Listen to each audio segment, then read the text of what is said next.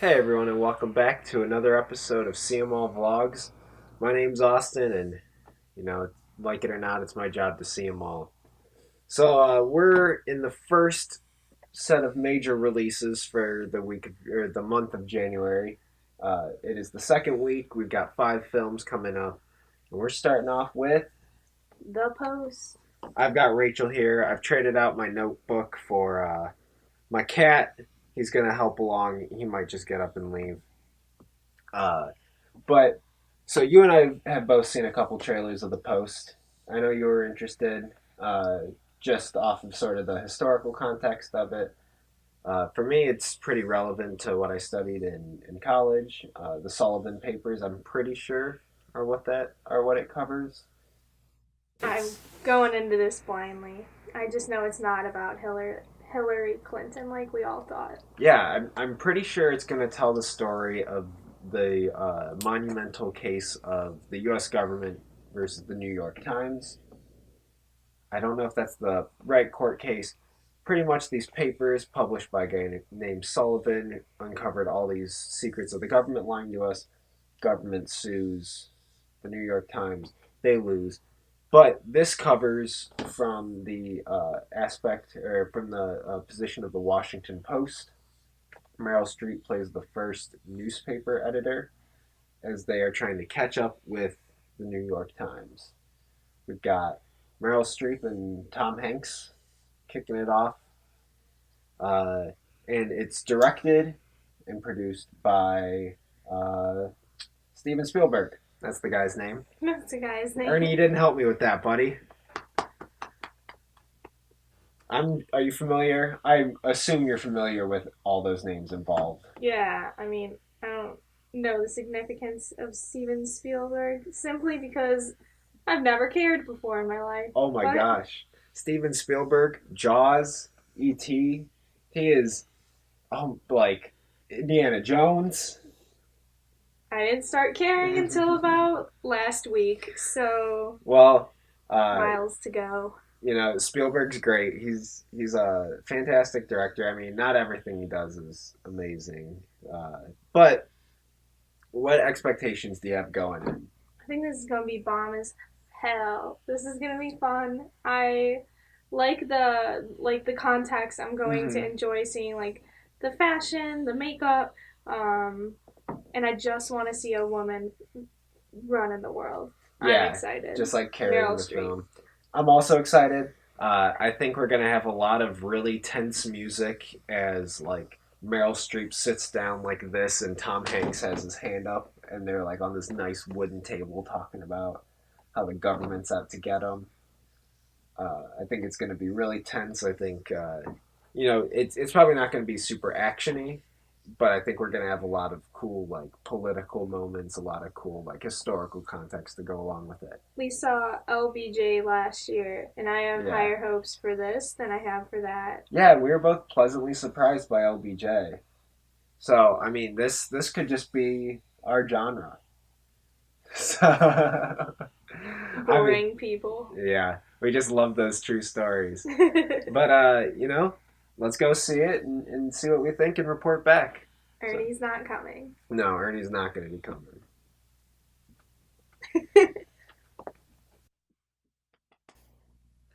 Hey Rachel, it's Hey. been a few days. Our clothes have changed a bit. At least hopefully, I'm going to guess we're wearing different outfits. I'm going to hope. It'll be evident Yeah. when you stitch these together. But we saw the post. We've taken a couple days to kind of dwell on it. Uh, what'd you think? It was underwhelming. Yeah, I also found it underwhelming. Let's dig into it a bit, shall we? So, I mean, obviously, it billed Tom Hanks, Meryl Streep as the main cast. Really, like it really talks about Meryl Streep. It really hypes up Meryl Streep. You would think, Yeah, one would think that I it would be about Meryl Streep's character. yeah, I really found her performance disappointing. And not even just disappointing because there was like hardly a very like dynamic range in how she was acting or like how her character would react. but also just like hardly part of the movie. Yeah, I mean, for being the owner, and honestly, I feel like this problem was the fact that it is a historical accounting of something. Um, in the previous recording, I talk about the Sullivan Papers. My bad on that. It was the Pentagon Papers, uh, and the New York Times getting their hand on these documents showing that the government had lied to the U.S. people and choosing to publish them in the lawsuit that results from it. Washington Post, in an act of solidarity, but also kind of their own competitive nature, when a block when a lawsuit is presented to the New York Times, the Washington Post picks up where they left off and also publishes these papers. And Meryl Streep's character is the one in charge of that. And that's about it. That's like really all Meryl Streep does. Wouldn't you agree? Like she she's there to like smile, and the performance she gives is good. Not even Like, just smile. She also frowned a bit, yeah. cried a little bit, stared longingly at pictures of her uh, dead husband and dead father. Yeah. Uh, Tom Hanks, how'd you feel about him? Tom Hanks is great. Yeah, I just like Tom Yeah, Hanks. I think Tom Hanks really carries this movie where Meryl Streep kind of lets it down, but it I really. Go ahead. do you, like I don't know if she let the movie down or let us down. I just think the character wasn't like fully like written out. Like however like into the movie that like those parts weren't there. It Hmm. was advertised as being sort of from her point of view, but it was more so like from inside the newspaper's point of view, Yeah. thus like really revolving around Tom Hanks when the way it was advertised it shouldn't have been that way. Well, I guess like when this film was advertised, I felt like it was really going to be a lot of exploring like Tom Hanks and Meryl Streep acting together, which sounds like something I would really like. And the problem is the scenes with them actually together are pretty sparse. There's not And many. subpar. There was not like a good like chemistry like going back and forth Yeah, like all right, so you said the lines and you argued, but it wasn't like very heated. yeah, and their big discussions really come from. I mean, there's a couple scenes where Tom Hanks shows up in Meryl Streep's character's house and they talk briefly, but like a lot of the big emotional delivery happens over the phone, which Yeah, it's pretty ugly. yeah. Or Sarah Paulson's character does the big like revelation. Yeah. But I think there are some pretty good parts to the movie, and that is mainly the supporting cast. They really bill it as Tom Hanks and Meryl Streep, but you've got David Cross and Bob Odenkirk playing sort of the like second fiddle to Tom Hanks's character. Bob Odenkirk being the one who actually goes out and gets the Pentagon Papers and tracks them down. And Bob Odenkirk is hilarious to me. I think in this movie he does a good job of playing like a serious role, but his humor still kind of comes through. Uh, Carrie Coon as a female reporter on the Post. The whole movie, I could not figure out where I knew her from, and it was The Leftovers. HBO's The Leftovers, and I turned to you in the theater like 3 or 4 times, and I was like, Rachel, why do I recognize that woman? And I just could not figure it out. And Uh, yet she was still had more parts than Alison Brie. yeah, Still credited after I was Alison. gonna say like Alison Brie, sort of the third billing on this movie, also very underutilized, and playing the daughter of Meryl Streep. I almost wonder if there was more to her that was cut out. Which is to go and connect with the fact that like this movie didn't really show the stakes. I Yeah, feel like there was so much left to desire. Like, why do I care? Why do I care? Other than like like the pride of Meryl Streep's character. Yeah, and it's another thing where like the stakes are never really shown to us. They're just told to us. Like if we do this, we Yes. could get sued, but there's never any like Papers slapped on indication. a desk. Yeah, there's never any like Zooming actual in. visual threat that there could be like negative outcomes of this. They're all just kind of hypothetical. Even so, I would really enjoy some sort of like small little background, like coming up rags to riches story for that family. Perhaps like the family that owned the post weren't very poor, but like if they didn't have all of this wealth that they do now, that they Mm-hmm. have supposedly at risk, like I need to see them somehow either losing that in the future or at least an indication that like they came from a place that didn't have that. Yeah, I mean the biggest stake for Meryl Streep throughout the entire film is one, the IPO, the like going public with the paper might Yeah. be, but that is kind of like brought up in the beginning, and it is a looming kind of threat. But ultimately, it doesn't really amount to much. In the end, it's always just kind of like a worry on the back of their minds. And two, that Meryl Streep's character could have a falling out with her like posh, wealthy social circle, Oh well. and neither of those are really explored. And yet, you know what frustrated me in the end? Once we get our conclusion, uh, the big outcome of the New York Times versus the United States government, it has this conclusion. Meryl Streep's character doesn't get any credit, and she walks down the stairs and is surrounded by like young women. Did you notice that? Yes. And it is very clearly supposed to be some symbolism of like, look, young females, like this is someone that you can look up to, and like this is someone who's empowering. And I think that's a good message. But ultimately, I just kind of felt like it was really pandering because I didn't feel like Meryl Streep's character was ultimately worth being this powerful, like, feminist icon. I think that the movie had two goals, and it was Mm-hmm. one to discuss like the struggle within the post and having to figure out whether or not to release these papers and release this press.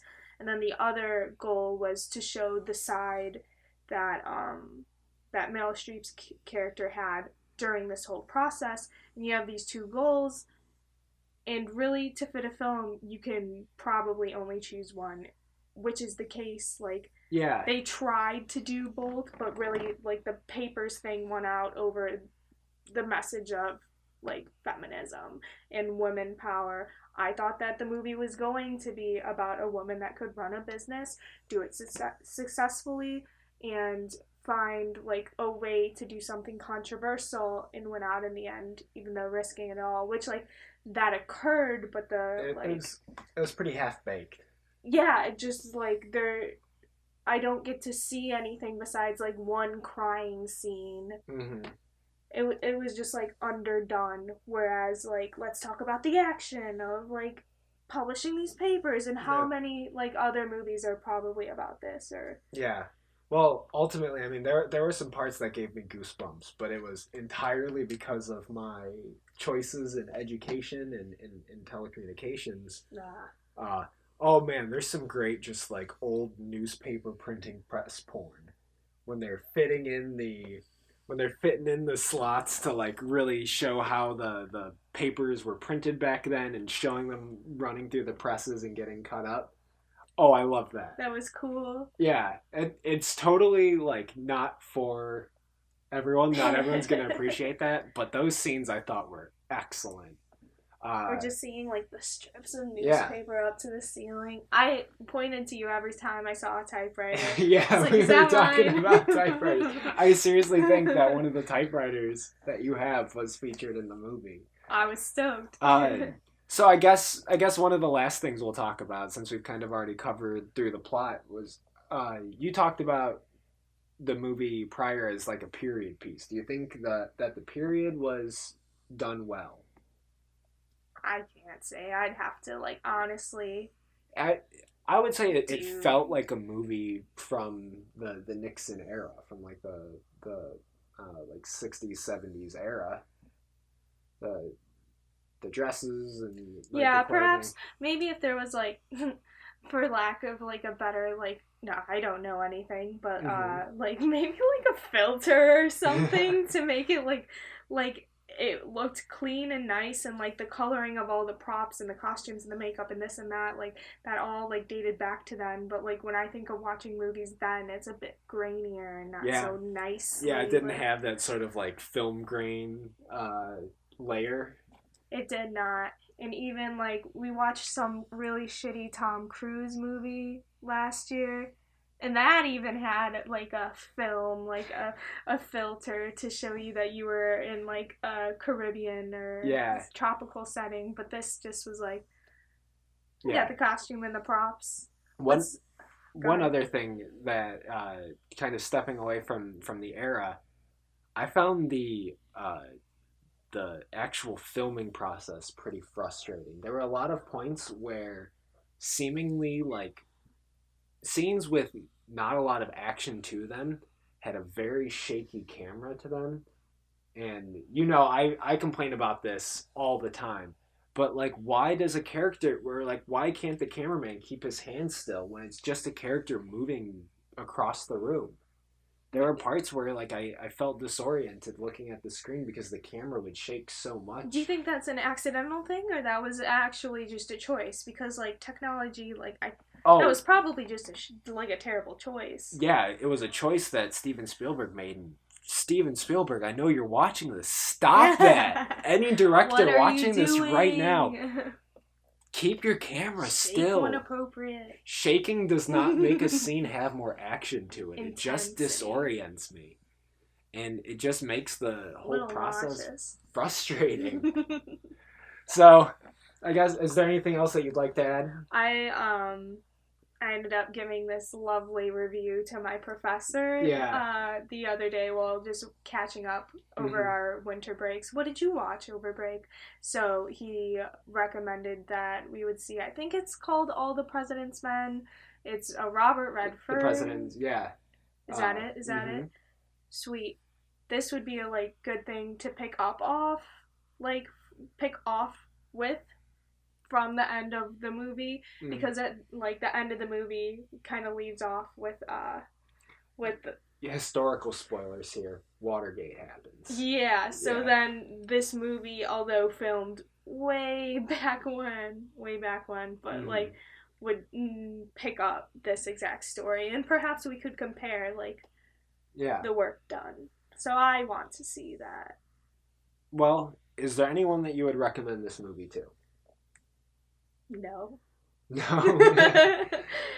uh, People that like timepieces that don't care if it is seriously intense or not, or don't care whether or not the like motive is muddled. yeah, I think this movie will be good in a history class.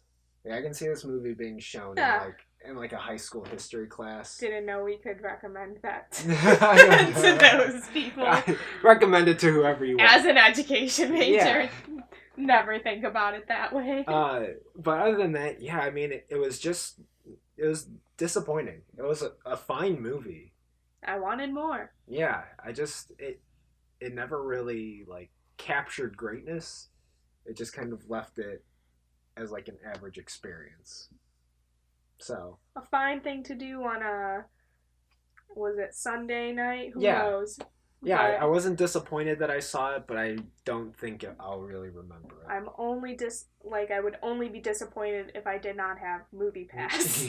That Yeah, is literally if you had that to is what pay I for told it. my professor. I was like, either you get Movie Pass and I'll recommend you to go see it, Hmm. or just wait till it hits Redbox. Those are the exact words I used. Yeah. Well, Rachel, thank you so much for joining me. I think we're gonna see you in the Proud Mary review coming up next. Uh, Make sure you follow Rachel on Instagram at rachel.docx and subscribe to this channel if you want more from me. But I think we're going to leave it at that. We're going to head over to the spreadsheet and do one last real quick housekeeping. task. And thanks for watching. My name's Austin, and like it or not, I'm seeing them Oh all. dear. Take Gonna care. love hearing that. Hey everyone, and thanks for sticking around to the end of this video. So, there's already a space that's already been cleared, and I guess you can assume what's going to go in there. I thought the post wasn't as good as Molly's game. Definitely had the potential, but didn't live up to it. But it was definitely better than Insidious: The Last Key. So, I'm going to stick it right in between there. Let me... Yeah, that's definitely how you spell Spielberg. And, that's about it. You know, what did you think about the post? Do you think it was okay? Do you think it was great? I've seen some amazing reviews for it, but frankly, I didn't see all the hype. Let me know what you thought in the comments. Like this video if you liked what I had to say. Dislike it if you didn't. Subscribe if you want to stick around for more. And make sure you follow all the friends involved. I really appreciate it. See you around for the next one. Take care, everyone.